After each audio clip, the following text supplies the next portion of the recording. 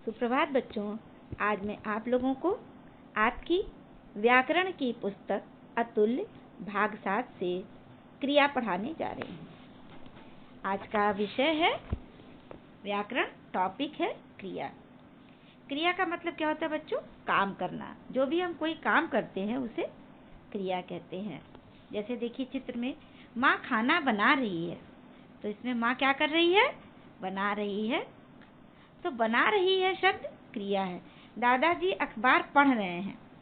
दादाजी क्या कर रहे हैं? पढ़ रहे हैं, तो पढ़ना क्रिया। जिन शब्दों से किसी कार्य के होने या करने का पता चले उन्हें हम क्रिया कहते हैं। मतलब जिस शब्द से किसी काम के होने का, ये काम हुआ, पता चलता है उसे क्रिया कहते हैं।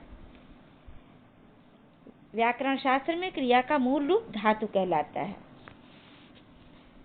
क्रिया का निर्माण धातु से होता है, जो क्रिया के सभी रूपों में मिलता है, जैसे पठ धातु, लिख धातु, गम धातु, उठ धातु। तो क्रिया का निर्माण किससे होता है? धातु से होता है। अब मैं आपको बता रही हूँ क्रिया के भेद। क्रिया के को दो आधारों पर बांटा जाता है, कर्म के आधार पर और संरचना के आधार पर। क्रिया को कितने आधारों पर बांटा गया है? दो आधारों पर। पहला कर्म के आधार पर और दूसरा संरचना के आधार पर। तो पहले मैं आपको बता दूं कर्म के आधार पर क्रिया के भेद। कर्म के आधार पर क्रिया के दो भेद होते हैं। पहला सकर्मक क्रिया, दूसरा अकर्मक क्रिया। पहले मैं आपको सकर्मक क्रिया के बारे में बता रही हूँ। जिन क्रियाओं के साथ कर्म होता है और क्रिया का फल या प्रभाव कर्म पर पड़ता है उन्हें सकर्मक क्रिया कहते हैं। मतलब जिसमें कर्म का प्रभाव दिखाई दे। वाक्य में सकर्मक क्रिया की पहचान करने के लिए क्या से प्रश्न करते हैं। इससे जो उत्तर प्राप्त होता है उसे कर्म और उस क्रिया को सकर्मक क्रिया कहते हैं। मतलब अगर हमें ये पहचान करना है कि क्रिया अकर्मक है या सकर्मक है, तो हम वाक्य में क्या से प्रश्न करेंगे। क्या अगर उत्तर प्राप्त होता है, जो उत्तर प्राप्त होता है उसे कर्म और उस क्रिया को सकर्मक क्रिया कहते हैं। जैसे देखिए आपके पुस्तक में उदाहरण दिया हुआ है, प्राची पुस्तक पढ़ती है। प्रश्न क्या किया गया? क्या पढ़ती है? उत्तर मिला पुस्तक। तो कर्म क्या है? पुस्तक। इसलिए क्रिया क्या हो गई? सकर्मक। मतलब जिसका उत्तर मिल जाए वो क्रिया सकर्मक है, अगर उत्तर नहीं मिलता है तो क्रिया अकर्मक है।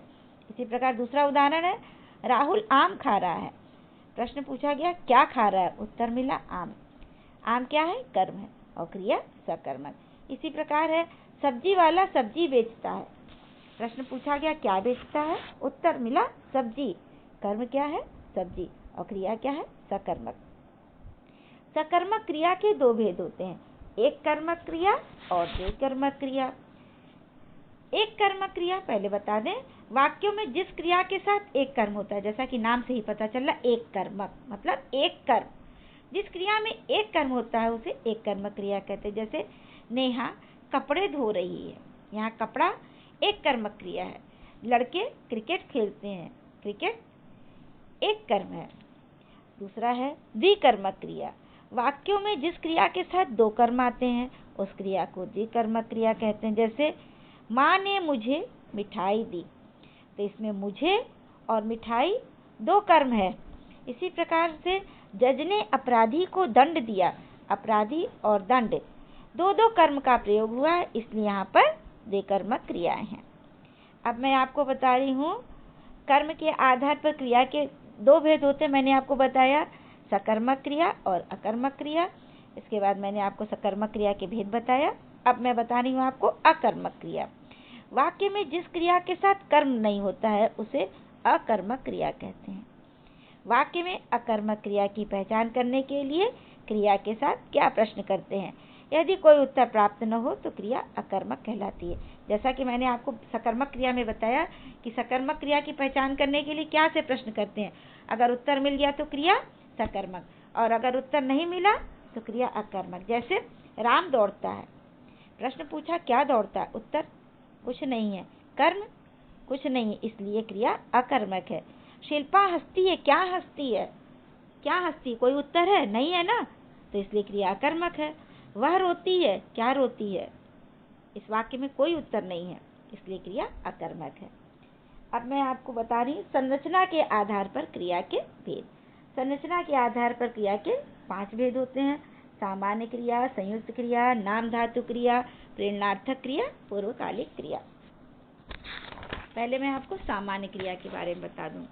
जब किसी वाक्य में एक ही शब्द वाली क्रिया का प्रयोग हो तो ऐसी क्रिया सामान्य क्रिया कहलाती है। जैसे मैंने आइसक्रीम खाई, खाई यहाँ पे एक ही क्रिया का प्रयोग हुआ है। रोहित आगरा गया, गया। संध्या संतरे लाई, वह खेला। इसमें एक एक क्रिया का प्रयोग हुआ है, इसलिए ये सामान्य क्रियाएं हैं। दूसरा है संयुक्त क्रिया। जब 2 या 2 से अधिक क्रियाएं एक साथ प्रयुक्त हों तो उन्हें संयुक्त क्रिया कहते हैं। संयुक्त मतलब जुड़ा हुआ। जब 2 क्रियाएं एक साथ हो, जैसे दादाजी ने पूजा कर ली, हर्षित पतंग उड़ा रहा है, गौतम ने कविता पढ़कर सुनाई, एक कप चाय पी लो। इन वाक्यों में कर ली, उड़ा रहा है, पढ़कर सुनाई, पी लो आदि 2 से अधिक क्रियाएं हैं, इसलिए यहाँ पर संयुक्त क्रियाएं हैं। नाम धातु क्रिया। बच्चों, नाम धातु क्रिया का निर्माण संज्ञा, सर्वनाम और विशेषण शब्दों से होता है। जैसे बात, बात क्या है? संज्ञा शब्द है, इसका नाम धातु क्रिया बनेगा बतियाना। हाथ संज्ञा शब्द है, हथियाना। फिल्म, फिल्म आना। अपना सर्वनाम शब्द है, अपनाना। अब मैं आपको बता दूं प्रेरणार्थक क्रिया के बारे में।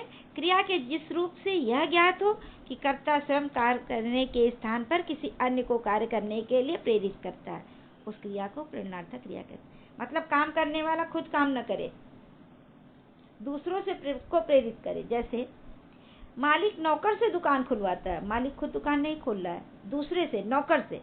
यहाँ पर प्रेरणार्थक क्रिया है। अध्यापक ने छात्रों से श्रमदान करवाया, अध्यापक ने किससे श्रमदान करवाया? छात्रों से, तो यहाँ पर प्रेरणार्थक क्रिया है। इसके बाद है पूर्वकालिक क्रिया। जिस क्रिया का पूरा होना मुख्य क्रिया से पूर्व पाया जाए उसे पूर्वकालिक क्रिया कहते हैं। पूर्व का मतलब बच्चों पहले, मुख्य क्रिया से पहले हो जाए उसे पूर्वकालिक क्रिया कहते हैं। जैसे पिताजी खाना खाकर दुकान जाएंगे, पिताजी दुकान जाएंगे, ये तो सामान्य क्रिया है, लेकिन उसके पहले इन्होंने एक क्रिया और की है। खाना दुकान जाने के पहले पूर्व क्या किया है? खाना खा कर गए हैं, तो इसको पूर्वकालिक क्रिया कहते हैं। बच्चा गाय को देखकर डर गया। तीसरा उदाहरण है नीता पुस्तक पढ़कर सो गई। सोने के पहले नीता ने क्या किया? पुस्तक पढ़ा। तो जो मुख्य क्रिया के पहले जो क्रिया होती है उसे पूर्वकालिक क्रिया कहते हैं। बच्चों, मैंने आपको क्रिया के बारे में बता दिया है। अब मैं आपको गृह कार्य दे रही हूँ। गृह कार्य में मैंने आपको नाम धातु क्रिया बनाने के लिए दिया है। जैसे गर्म का गरमाना, शर्म का शर्माना। तो इसी तरह से आपको ये क्रिया, इन शब्दों से नाम धातु क्रियाएं बनानी है। और दूसरा प्रश्न है निम्नलिखित वाक्यों में बताइए कि क्रिया सकर्मक है या अकर्मक।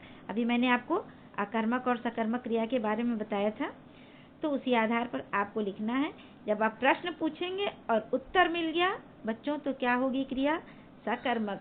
और प्रश्न पूछेंगे उत्तर नहीं मिलेगा तो क्रिया अकर्मक। इस बात को ध्यान रखेंगे तो अकर्मक और सकर्मक क्रिया की पहचान में कभी भी कोई गलती नहीं होगी। धन्यवाद बच्चों।